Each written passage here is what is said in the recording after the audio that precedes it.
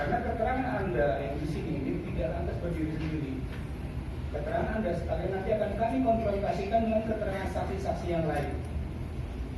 Dan apabila ada kaitannya, berarti konsekuensinya akan berlaku kepada saudara-saudara. Itu saya ingatkan terlebih dahulu. Mohon maaf, penasihat hukum ini bukan ancaman.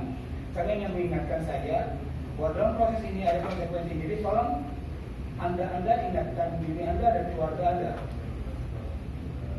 Pasal 22 disebutkan setiap orang sebagaimana dimaksud dalam pasal 28, pasal 29, pasal 35 atau pasal 36 yang dengan sengaja tidak memberi keterangan atau memberi keterangan yang tidak benar dipidana dengan pidana penjara paling singkat 3 tahun dan paling lama 12 tahun dan atau denda paling sedikit 150 juta rupiah dan paling banyak 600 juta rupiah.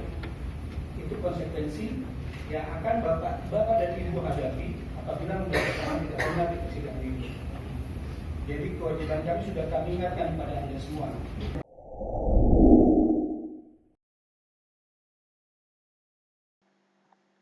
Cuplikan video tadi memperlihatkan seorang jaksa penuntut umum atau JPU sedang mengultimatum atau mengingatkan saksi atau beberapa saksi di hadapannya agar memberikan keterangan yang sebenar-benarnya atau tidak memberikan keterangan palsu di hadapan majelis hakim atau di hadapan pengadilan. Pemberian keterangan palsu menurut Undang-Undang Tindak Pidana Korupsi diancam dengan ancaman pidana yang cukup berat. Di sini saya akan coba menjelaskan pasal per pasal yang mengatur mengenai ancaman hukuman pidana kepada seseorang yang memberikan keterangan palsu. Seperti yang disampaikan oleh jaksa penuntut umum tadi, di pasal 22 bahwa setiap orang, sebagaimana dimaksud dalam pasal 28, pasal 29, pasal 35, pasal 36, yang dengan sengaja tidak memberi keterangan atau memberi keterangan yang tidak benar dipidana dengan pidana penjara paling singkat 3 tahun dan paling lama 12 tahun dan atau denda paling sedikit 150 juta rupiah dan paling banyak 600 juta rupiah. Ancaman hukuman di sini 3 tahun paling sedikit dan paling lama 12 tahun. Ancaman hukumannya sangat berat. Oleh karena itu, siapapun yang memberikan keterangan di pengadilan jangan sampai memberikan keterangan yang tidak benar atau memberikan keterangan yang palsu. Pasal 22 Undang-Undang Tindak Pidana Korupsi ini agak sedikit unik karena mengatur ancaman hukuman paling singkat ya, 3 tahun. Berarti kurang dari 3 tahun majelis tidak boleh memutuskan. Jadi paling singkat 3 tahun. Nah, ini berbeda dengan KUHP bahwa KUHP juga mengatur mengenai pemberian keterangan palsu ini dan ancaman hukumannya menurut pasal 242 KUHP maksimal 7 tahun ya, 7 tahun penjara.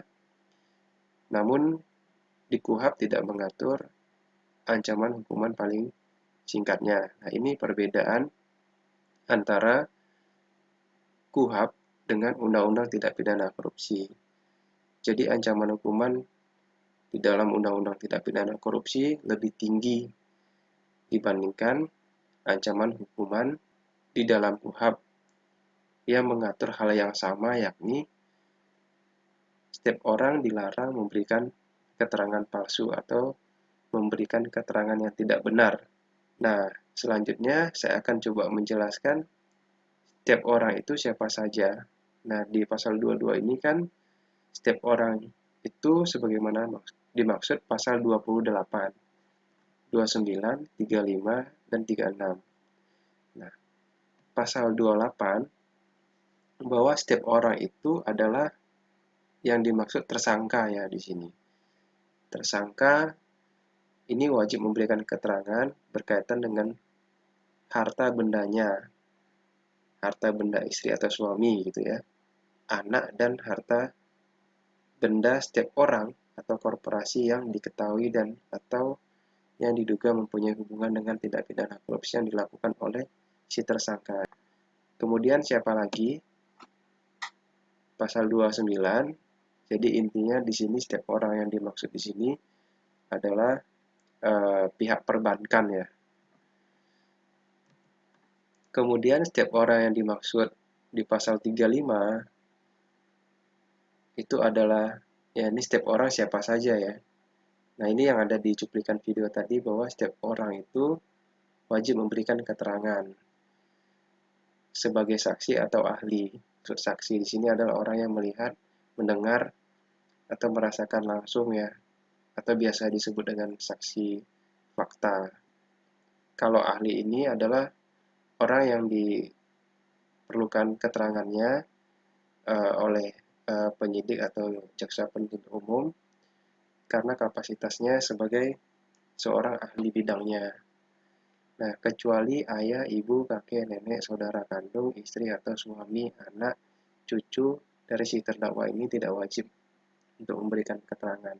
Kemudian, setiap orang yang dimaksud itu menurut pasal 36, mereka yang menurut pekerjaan, harkat dan martabat atau jabatannya diwajibkan menyimpan rahasia.